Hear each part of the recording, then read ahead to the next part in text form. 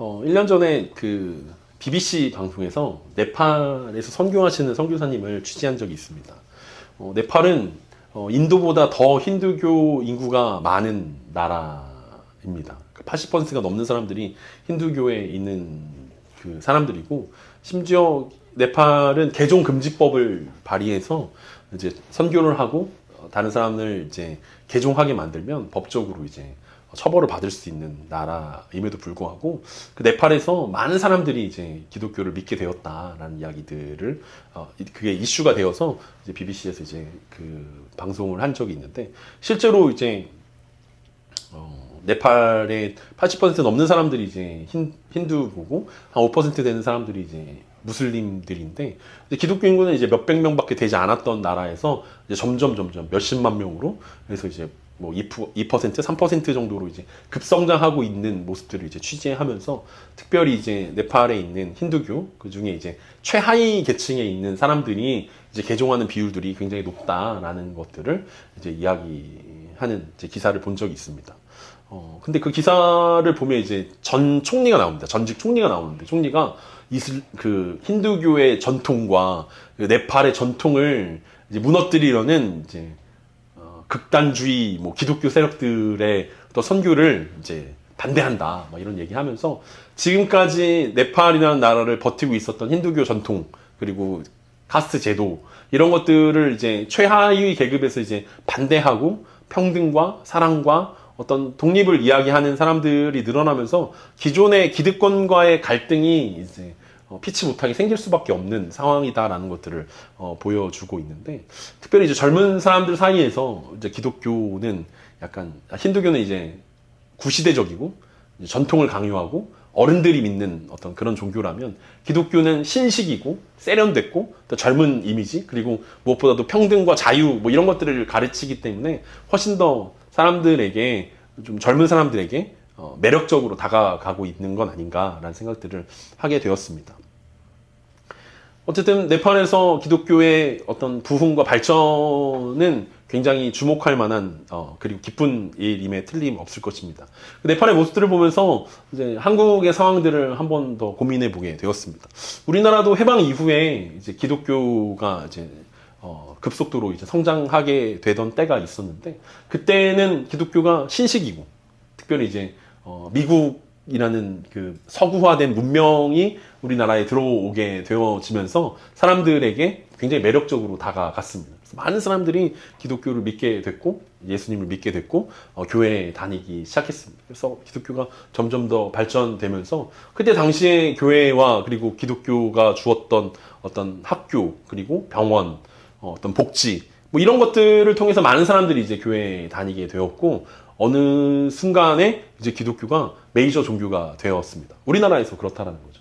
우리나라에서 가장 많은 사람들이 믿는 종교가 이제 기독교가 되었는데, 그 이후로 이제 조금씩 이제 쇠퇴기를 지금 겪고 있는 것이 우리나라의 상황인데, 이제 종교의 뭐 흥망성쇠를 우리가 이야기한다면, 네팔은 이제 뜨고 있는 어떤 기독교, 이제 점점 더 그 갈등은 심해지겠지만 점점 더 그들이, 젊은 사람들이 교회에 다니게 되면서 이제 뜨고 있는 종교가 된다면, 우리나라로 치면 이제 우리는 이제 어르신들 중심의 종교가 되어버린, 그러니까 네팔로 치면은 기독교가 힌두교처럼 사람들에게 어떤 이미지로 다가갈 수 있다라는 거죠. 전통이고, 어느 순간 이제 기독교가 전통이 되었고, 어느 순간 어른들이 그러니까 주요한 메이저의 사람들이 어떤 사회 기득권층들이 믿는 종교가 되어서 젊은 사람들에게 더 이상 먹히지 않는 어떤 이런 종교로 돼버린 것은 아닌가라는 어떤 우려감도 생기게 되었습니다.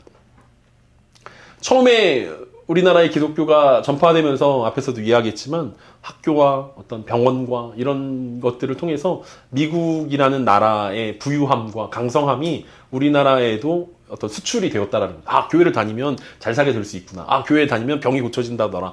교회에 다니면 복을 받는다더라. 교회에 가면 어떤 사회적으로 어떤 성공할 수 있게 된다더라. 라는 이것들이 합쳐지면서 교회가 급성장하게 되었다면, 이제 그 성장세가 꺾여져 있는, 뭐 경제적으로든 뭐 그런 것들이 우리 가운데 쇠퇴기에 접어든 우리나라로 친다면, 우리가 지금 어떻게 이 세상 사람들 가운데 교회를, 그리고 예수님을 소개할 수 있을 것인가에 대한 물음표가 우리 가운데 남는다라는 거죠.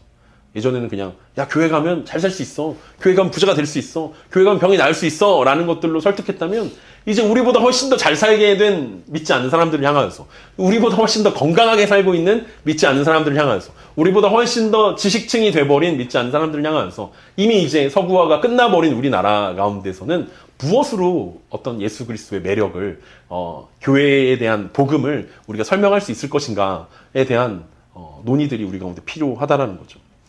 오늘 본문에 나오는 바울의 상황이 딱 그러했다라는 것입니다. 바울이 지금 어디에 갔냐면 아테네에 도착했습니다. 아테네는 정치의 중심지는 아니었지만 헬라 제국과 로마 제국의 어떤 통치 이념들을 뒷받침하고 있는 철학과 종교의 중심지였습니다. 그러니까 바울은 저 길리기아에 있는 다소라는 아주 외딴 곳에서 그러니까 아테네 사람들이 보기엔 굉장히 촌스러운 시골 사람에 불과한 존재였다라는 거죠. 그 사람이 와가지고 뭐라고 얘기하는데, 뭐야, 도대체 뭐라고 얘기하는 거야? 너 스토아 철학에 대해서 들어봤니? 에피크로스 학파에 대해서 들어봤니? 라고 물어볼 정도로 바울이 무시당하는 상황들이었다는 거예요. 다 바울보다 잘 살고, 다 바울보다 학식이 뛰어나게 보이고, 다 바울보다 굉장히 행복해 보이는 사람들을 향해서 바울은 거기서 행복에 대해서 이야기하고 예수 그리스도에 대해서 이야기하는 상황 가운데 처해 있다는 것입니다.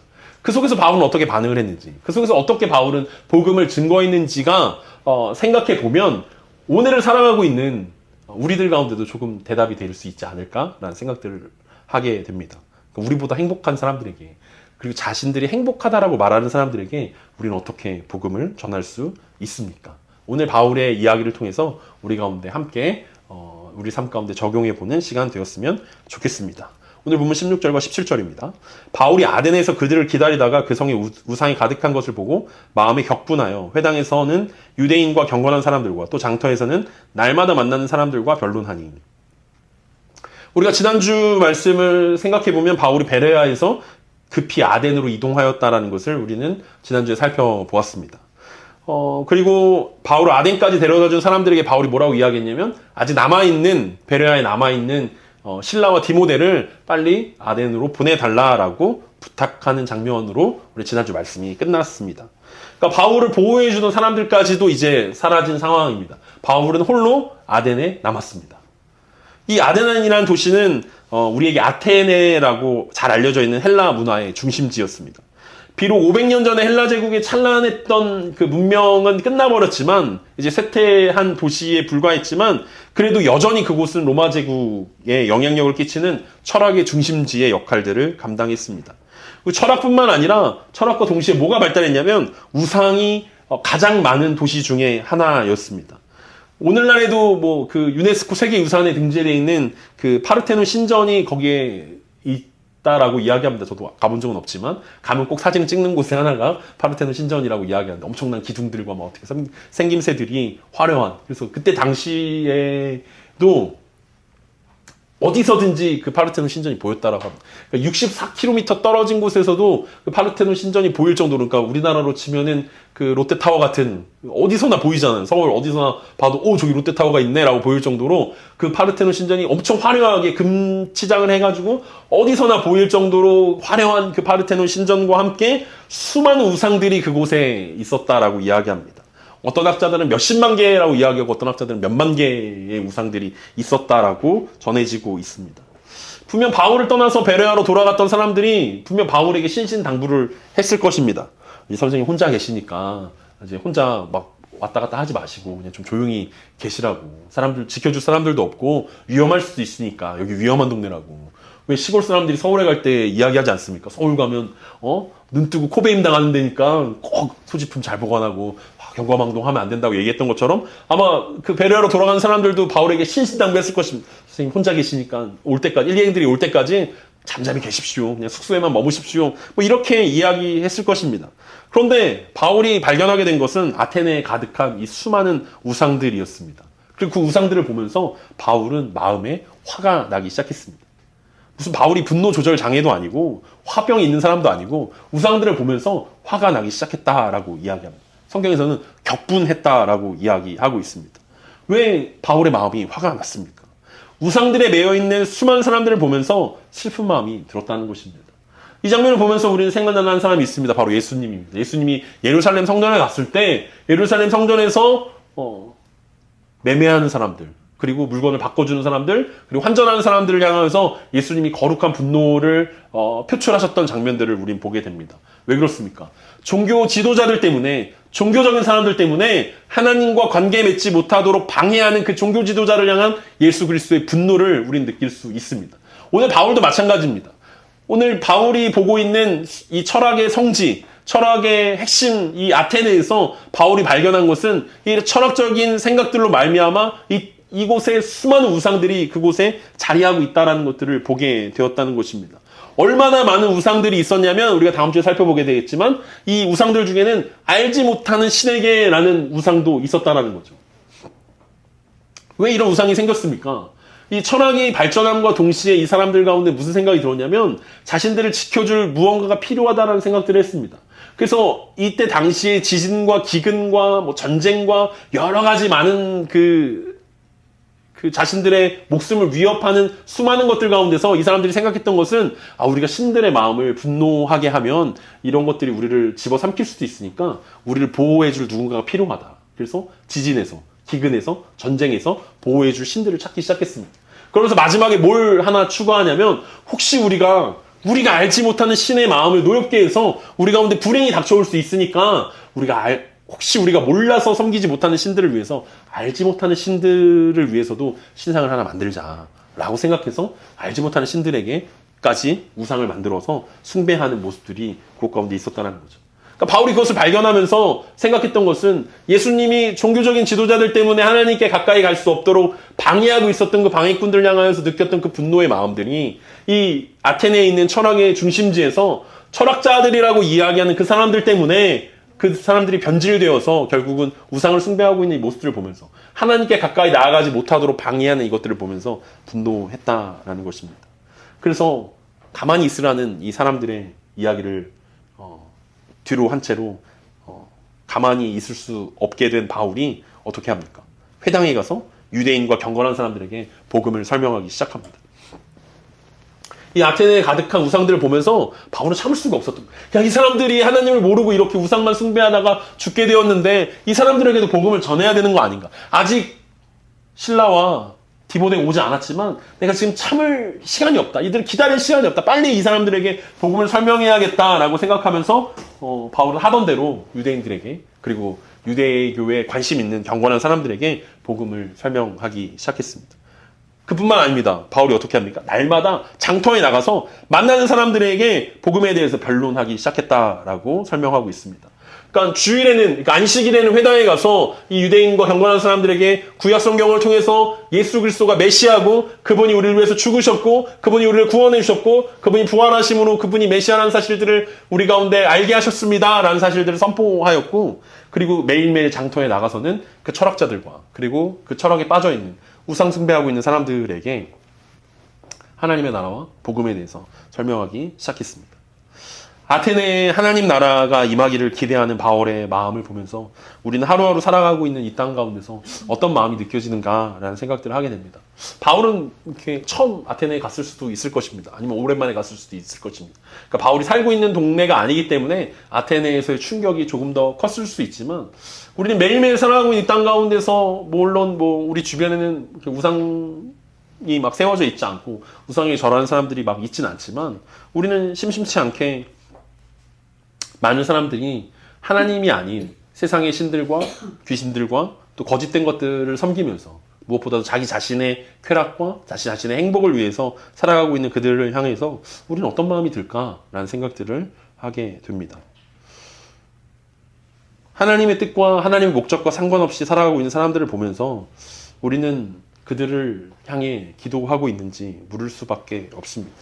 우리도 바울처럼 기도해야 하지 않겠습니까? 바울이 기도했다는 이야기가 여기 적혀 있지는 않지만 아마 바울은 아테네에서 그 거룩한 분노와 함께 기도했을 것입니다. 하나님의 이름이 이 아테네에서 거룩히 여김을 받으셨으면 좋겠습니다. 하나님의 뜻이 하늘에서 이루어진 것처럼 이 아테네 땅에도, 이 아테네 성에도 하나님의 뜻이 이루어지길 소망합니다. 하나님의 나라가 이 아테네에 있는 이 우상에게 거짓된 신들에게 붙잡혀 있는 이 사람들에게 하나님의 나라가 임하기 원합니다. 라고 기도했을 것임이 분명하다는 거죠. 그렇다면 우리 모두에게도 수많은 해야 할 일들과 수많은 계획과 뭐 수많은 그 복잡한 일들 가운데 사로잡혀 있지만 우리도 좀 눈을 돌려서 우리 주변에 있는 사람들을 향하여서 그런 기도해야 되지 않겠습니까? 하나님의 이름이 우리 가정 가운데 높이를 받으셨으면 좋겠습니다. 하나님의 나라가 우리의 삶 가운데, 우리의 동료들 가운데, 우리의 직장 가운데 임하였으면 좋겠습니다. 우리가 살아가는 이 도시가, 이 동네가, 이 가정이, 우리의 직장이 하나님 나라가 오게 해달라고 계속해서 기도해야 할 것입니다. 바울이 정신없이 사람들과 복음에 대해서 변론하던 중에 철학자들을 만나게 되었습니다. 오늘 본문 18절입니다. 어떤 에피쿠로스와 스토아 철학자들도 바울과 쟁론할세 어떤 사람은 이르되 이 말쟁이가 무슨 말을 하고자 하느냐 하고 어떤 사람은 이르되 이방신들을 전하는 사람인가 보다 하니 이는 바울이 예수와 부활을 전하기 때문이로라. 오늘 우리가 교과서에서 만났던 그리스 철학의 두 개의 기둥이 등장합니다. 이 어렸을 때 우리가 학교에서 꼭 반드시 배우고 넘어가는 이 그리스 철학의 중심이고 사실은 이 두 가지 철학이 오늘날까지도 계속해서 이어지고 있다는 생각들을 우리가 할 수 있습니다. 그 중에 하나가 뭐였냐면 에피쿠로스 학파이고 또 다른 하나는 스토아 학파입니다. 제가 뭐 철학을 전공한 사람은 아니기 때문에 철학에 대해서 막 그렇게 깊게 알지는 못하지만 그래도 오늘 본문을 이해하기 위해서 우리가 잠깐 설명하자면 에피쿠로스 학파는 우리가 어렸을 때 학교에서 주입식 교육으로 뭐라고 배웠냐면 쾌락주의자들이다라고 우리가 배웠습니다. 에피쿠로스 쾌락주의자. 그래서 쾌락주의자들이구나라는 것들로 우리 머릿속에 박혀 있는데 그 쾌락주의에서 쾌락이 이야기하는 것은 육체적인 쾌락이 아닙니다.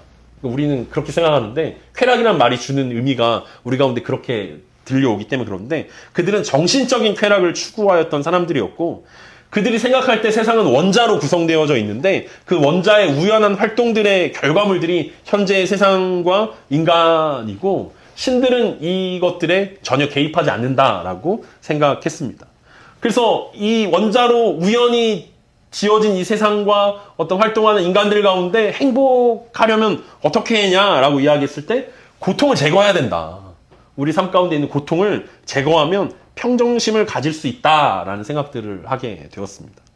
그래서 그 고통을 제거하려면 어떻게 하냐면 최소한의 음식, 최소한의 어떤 쾌락을 추구하면 결국은 그것이 다른 사람들과 비교하는 것에서 혹은 결핍에서 오는 것들을 막을 수 있다라고 생각했던 사람들이 에피쿠로스 학파였다라는 거죠. 또 다른 기둥인 스토아 학파는 우리가 잘 알고 있는 키프로스 섬 출신 제논이라는 사람이 만들어낸 학파입니다. 그가 부자였는데 그가 그 수출을 위해서 배에 잔뜩 물건을 싣고 가다가 배가 난파하게 됩니다.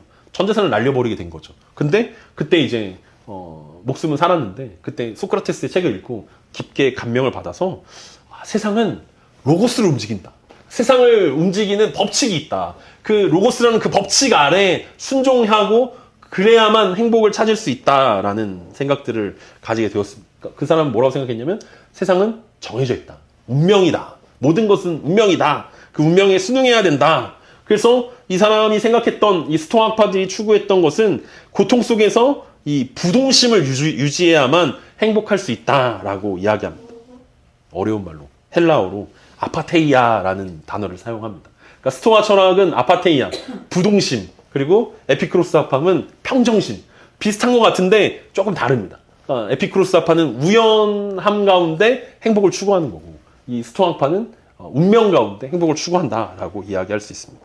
그들에게 어떤 설득을 하고 어떻게 복음을 변론하는지에 대한 그 바울의 설교는 다음 주와 다다음 주에 우리가 함께 살펴보게 될 것이고 이 철학적인 사고에 깊은 그 공부를 했던 사람들에게 바울이 전하는 복음이 굉장히 새롭게 느껴지긴 했을 거라는 거죠.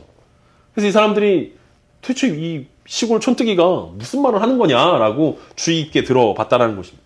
그렇지만 어떤 사람들은 바울에게 뭐라고 이야기합니까? 바울이 얘 좀 들어보니까 얘 말쟁이다, 말쟁이. 그냥 어설픈 지식들을 그냥 막 팔려고 오는 그런 사람들이다. 약간 사기꾼 같다라는 말입니다. 또 다른 사람들은 바울이 전하는 게 이방신을 전하는 사람이다라고 생각했다라는 것입니다. 그러니까 또 우리가 알지 못하는 또 다른 신을 전하는 사람이 바울이다라고 이야기했다는 거죠. 왜냐하면 바울이 예수와 부활을 전했는데 부활에 해당하는 헬라어가 뭐냐면 아나스타시스라는 단어입니다. 그러니까 앞에서 이야기했던 그 평정심, 에피쿠로스 아파가 이야기했던 평정심은 아타락시아라는 단어를 사용했고, 그 스토아파가 사용했던 부동심은 아파테이아라는 단어를 사용했는데, 바울이 그 주장했던 부활이라는 단어는 아나스타시스라는 단어를 사용합니다. 그러니까 세 개가 뭐 비슷하면서 이게 무슨 여신의 이름인가? 예수와 여신을 믿어야 구원을 받는다라는 얘기인가? 뭐 이 사람들 가운데 부활에 대한 이야기가 굉장히 새롭게 느껴졌다는 거예요. 왜냐하면 이 두 부류 다 육체적인 것에 관심을 극도로 절제하는 사람들이었다라는 거예요. 자신들의 행복을 위해서 우리가 평정심을 지키려면, 부동심을 지키려면 육체적인 쾌락과 상관없이 이성적으로 생각해야 되고 절제해야 된다라고 생각했는데, 이 육체가 다시 죽었다가 부활한다라고 이야기하는 것들은 사람들 가운데 굉장히 새로운 생각들을 가져다 주게 되었다는 것입니다. 어떤 경지에 이르게 되는 것인가? 아니면 어떤 여신의 이름인가? 아니면 이게 도대체 뭘 의미하는 것인가? 라고 생각하면서 바울을 자신의 근거지인 아레오바고로 초청하게 되었습니다. 그것이 19절부터 21절의 말씀입니다. 그를 붙들어 아레오바고로 가며 말하기를, 내가 말하는 이 새로운 가르침이 무엇인지 우리가 알 수 있겠느냐. 내가 어떤 이상한 것을 우리 귀에 들려주니 그 무슨 뜻인지 알고자 하노라 하니, 모든 아덴 사람과 거기서 나그네 된 외국인들이 가장 새로운 것을 말하고 듣는 것 이외에는 달리 시간을 쓰지 않음이로다. 이 아레오바고는 아테네라는 이 폴리스의 중심이었습니다. 입법과 사법을 담당하는 직접 민주주의의 꽃이라고 불리우는 곳이 바로 아레오바고였습니다. 로마의 지배 아래서도 여전히 종교와 교육을 담당하고 있는 곳이 아레오바고였습니다. 이곳에서 예전에 소크라테스는 이상한 종교를 전한다는 혐의로 사형에 처해졌습니다. 그렇다면 바울을 청한 이 사람들의 의도는 분명합니다. 일단 새로운 지식이니까 들어는 보겠는데 자칫 받아들이기 힘든 내용들을 이야기한다면 소크라테스처럼 너도 이방신을 전하는 혐의로 죽여버리겠다라는 무서운 계략이 숨겨져 있는 초청이었다는 거죠. 끌고 간 것은 아니지만, 억지로 막 체포해 간 것은 아니지만, 바울을 긍정적으로 초청하는 것처럼 보여지지만 그 뒤에 음모가 숨겨져 있다는 것입니다. 물론 다음 주에 우리가 함께 살펴보겠지만 그들은 쇠락한 그리스 문명 속에서 철학과 함께 우상이 엄청 발달한 곳이었습니다. 그러니까 그들은 앞에서는 에피쿠로스와 스토아의 평정심과 부동심을 주장하면서 자신들은 행복하다라고 이야기하는 사람들이었다는 거죠. 자신들이 굉장히 행복한 사람들이라는 거예요. 왜냐하면 자신들은 어떤 경지에 올랐다라고 이야기하는 사람들입니다. 그런데 한편으로는 어떤 마음들을 가지고 있냐면 지진과 전쟁과 위험 가운데서 신들이 자신들을 지켜주길 바라는 사람들이었다는 거죠. 그러니까 바울이 처음 우상을 바라보면서, 우상 숭배하는 사람들을 바라보면서 분노했던 이유들을 우리는 이해할 수 있습니다. 아니, 철학적으로 굉장히 고상한 사람들이라고 이야기하면서, 이성이 굉장히 중요한 사람들이라고 이야기하면서 결국 그들의 뒷마음에는, 속마음에는 이 현실이 행복하지만 행복하지 않을 수 있다라는, 자신들의 행복을 깨트릴 수 있는 어떤 큰 불행이 그들 가운데 있음을 인정하는 사람들이었다라는 거죠. 어떤 한 신이라도 마음을 노엽게 해서 자신들에게 불행이 다가올까봐 걱정되었기 때문에 알지 못하는 신을 숭배할 정도로 그들에게 있는 종교심이 굉장한 사람들이었습니다.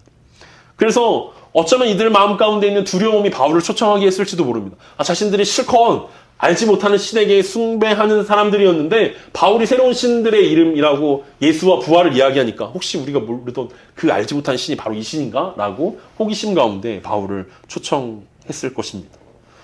바울을 청한 사람들의 마음 가운데는 호기심과 두려움이 공존하고 있었습니다. 그리고 한편으로는 여차하면 바울을 죽이겠다라는 마음이 숨겨져 있었습니다. 그들은 지적인 허영심이 대단했지만 한편으로는 불행에 대한 두려움으로 가득한 이중적인 마음을 가지고 있었습니다. 그리고 바울은 이 행복하다라고 말하는 사람들을 향하여서 복음을 전했습니다. 앞에서 얘기했던 것처럼 객관적으로 보면, 세상적으로 보면 누가 행복한 사람입니까? 바울을 바라보는 이 아테네에 있는 사람들이 보기엔 바울은 시골 출신의 뜨내기에 불과합니다. 뭔가 예수와 부활에 대해서 이야기하지만 자신들의 철학적인 생각에 비춰봤을 땐 뭔가 논리적이지 않아 보였을 것입니다. 뭔가 이상해 보였을 것입니다. 뭔가 불안해서 듣긴 듣는데 그렇다고 해서 이게 행복해지는가? 라고 했을 때 바울의 모습은, 바울의 행색은 초라하기 그지 없었을 것입니다. 삐까뻔쩍한 사람들 사이에서 황금과 어떤 수많은 우상들과 거대한 신전 앞에서 바울의 모습은 초라하기 그지 없었다라는 거죠. 바울이 전하는 복음에는 제사장이 없었습니다. 바울이 전하는 복음에는 성전도 없었습니다. 바울이 전하는 복음과 그의 결과물들에는 뭔가 이방 사람들이 섬기던 신들과는 전혀 다른 모습들이었다라는 거죠. 신전도 없죠. 제사장도 없죠. 제사도 드리지 않죠. 뭔가 눈에 보여지는 아무것도 없는 그것을 믿으라고 이야기하는 바울의 모습들은 자신들이 보기엔 그냥 허풍에 불과해 보였다라는 거죠. 무엇보다 행복하다라고 말하는 사람들 가운데 더 이상 새로운 철학은 필요 없고 더 이상 새로운 신도 필요 없다라고 이야기하는 사람들 가운데 바울은 복음을 전하기가 굉장히 어려웠을 것입니다. 그럼에도 불구하고 바울은 복음을 전하기로 선택했고 그것은 참으로 쉽지 않은 선택이었다는 것을 우리는 생각해 볼 수 있습니다. 우리가 만나는 사람들은 어떠합니까? 여러분들이 만나는 분들은 여러분들보다 더 행복한 사람입니까? 여러분들보다 불행한 사람입니까? 여러분들보다 더 행복하다라고 이야기하는 사람들 가운데 여러분은 어떻게 복음을 전할 수 있습니까? 여러분들보다 부유한 사람들에게, 여러분들보다 건강한 사람들에게, 여러분들보다 예쁘고 날씬한 사람들에게 여러분들은 어떻게 복음을 전할 수 있습니까? 여러분들보다 물질적으로 행복하고 부유한 사람들을 향하여서 여러분들보다 더 똑똑한 사람들에게 우리는 어떻게 복음을 전할 수 있습니까? 과연 그들에게 복음이 필요하겠습니까? 예수님 없이 아주 잘 살고 있는 사람들에게, 예수님 없이 아주 행복하다라고 이야기하는 그들에게 우리는 죄에 대해서, 심판에 대해서, 하나님에 대해서 어떻게 설명할 수 있습니까? 우리가 오늘 바울의 모습들을 생각해 보면서 우리는 반드시 기억해야 하는 한 가지 진리가 있습니다. 나보다 잘나고, 나보다 똑똑하고, 나보다 잘 산다 하더라도 어느 누구도 복음이 필요하지 않은 사람은 없다는 사실입니다. 바울이 아테네에서 분노하고 복음을 전할 수밖에 없었던 것은 아테네에서 그렇게 행복하다라고 이야기하는 자신의 마음 가운데 평정심이 있다. 자신의 마음에는 부동심이 있기 때문에 절대로 내 행복을 깨뜨릴 수 없다. 어떤 상황과 환경이 다가오더라도 내 마음은 흔들리지 않을 수 있다. 나는 꽤 행복한 사람이다. 나는 가족이 있고 나는 부가 있고 나는 미래에 대한 저축이 풍부하고 나는 자녀들이 있고 나는 어떤 미래에 대한 확신이 있고 자신감이 있고 성공할 수 있고 자존감이 있다라고 이야기하는 사람들에게 바울이 했던 이야기는 그럼에도 예수 그리스도가 필요하다라는 이야기입니다. 우리는 복음을 필요로 하지 않는 시대를 살아가고 있습니다. 왜냐하면 예전에는 믿으면 성공할 수 있고 믿으면 부자가 될 수 있고 믿으면 행복해질 수 있다라는 이야기로 우리가 접근했다면 요즘은 복음 없이도 잘 산다라고 이야기하는 사람들 틈에 살아가고 있습니다. 심지어 우리가 복음을 이야기한다 하더라도 이미 다 안다라고 이야기하는 사람들 가운데 우리는 살아가고 있습니다. 아마 아테네에 살고 있던 철학자들이 했던 이야기들도 비슷하지 않았겠습니까? 바울에게. 야, 예수에 대해서 나 들어본 적 있다. 왜냐하면 오늘 성경 본문이 이야기하는 것처럼 새로운 것을 듣기를 좋아하고 최신이 무엇인지, 유행이 무엇인지에 민감했던 아테네 사람들은 바울이 했던 예수에 대해서 언젠가 들어본 적이 있었을 것입니다. 저기 이스라엘의 유대인이란 동네에 예수라는 사람이 살았대. 그가 죽었는데 다시 살아났대. 언젠가 들어본 적이 있었을 것입니다. 그리고 다 안다라고 이야기했을 것입니다. 근데 내가 생각해 보기에 우리 철학에, 우리의 위대한 300년 동안이나 지속되었던 스토아 학파가 생각하기에, 그 에피쿠로스 학파가 생각하기에 복음은 필요 없어 라고 이야기했던, 이미 한번 거절했고 이미 들어보지 않아도 안다라고 생각했던 그들에게 바울은 아니다. 복음이 필요하다. 우리 모두에겐 예수 그리스도가 필요하다라고 이야기하고 있습니다. 복음만이 우리 가운데 참된 진리를 가져다 줄 수 있습니다. 복음만이 잠깐의 행복을 지우고 영원한 행복으로 우리를 초대할 수 있습니다. 철학으로 똘똘 뭉친 아테네 사람들에게, 이방신들로 빽빽하게 가득한 아테네에서 바울이 복음을 외쳤다면 우리가 살고 있는 이 서울에서 복음을 외치지 못할 이유가 무엇이겠습니까? 바울처럼 사실은 죽을 위기는 우리 가운데 없는 것 아니겠습니까? 혹시 우리도 지적 허영심에 사로잡혀서 사람들이 다 알고 있고 사람들에게 별로 필요하지 않으니까 내가 복음을 전하지 않아도 돼 라고 우리가 생각하고 있지는 않습니까? 아니면 행복이라는 무지개를 찾아서 세상 사람들과 똑같이 우리가 나도 저 사람들처럼 조금 더 행복하면 그때 예수님을 전할 수 있겠지. 나도 조금 더 준비되면, 갖춰지면, 뭔가 세상이 말하는 떵떵거릴 수 있는 객관적인 뭔가가 있으면 나도 복음을 전할 수 있을 텐데 라고 헛된 무지개를 찾아다니고 있지는 않습니까? 그렇다면 우리가 해야 되는 것은 우리 가운데 예수 그리스도가 필요하다는 고백일 것입니다. 예수 그리스도 앞으로 우리가 나아가는 것이 필요할 것입니다. 예수 그리스도만이 우리의 생명이고 소망이고 변함없는 반석이라는 것이 단순히 우리의 어떤 예배 안의 고백이기보다는 우리 삶의 고백이어야 할 것입니다. 우리는 이 세상이 말하는 평정심과 부동심이 아니라 부활이 우리의 생명이고 부활이 우리의 고백이고 예수 그리스도가 우리의 행복이라고 당당하게 이야기할 때 우리는 행복하다고 말하는 사람들 가운데 예수 그리스도를 심을 수 있게 될 것입니다.